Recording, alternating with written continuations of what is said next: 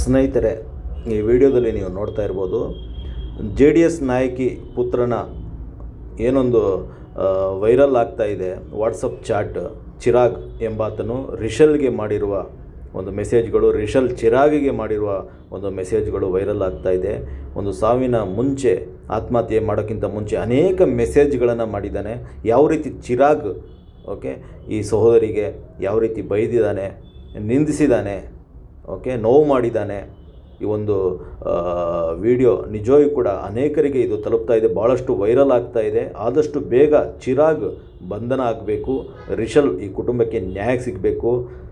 ಹಾಗೆ ಈ ಒಂದು ಕರ್ನಾಟಕದಲ್ಲಿ ಮತ್ತೆಂದು ಇಂಥ ಘಟನೆಗಳು ಮರುಕಳಿಸಬಾರ್ದು. ಪ್ರತಿಯೊಂದು ಚಾಟ್ ಏನಿದೆಯೋ, ಇವಾಗ ವಾಟ್ಸಪ್ ಚಾಟು ಈಗ ಪೊಲೀಸರ ವಶದಲ್ಲಿದೆ. ಪ್ರತಿಯೊಬ್ಬರು ಕೂಡ ಹೆಚ್ಚಿನ ಸಂಖ್ಯೆಯಲ್ಲಿ ವಿಡಿಯೋನ ಶೇರ್ ಮಾಡಿ ಮತ್ತು ರಿಷಲ್ಗೆ ನ್ಯಾಯ ಸಿಗಲಿ, ನಮ್ಮ ಕಾನೂನಿಗೆ ಜಯ ಸಿಗಲಿ.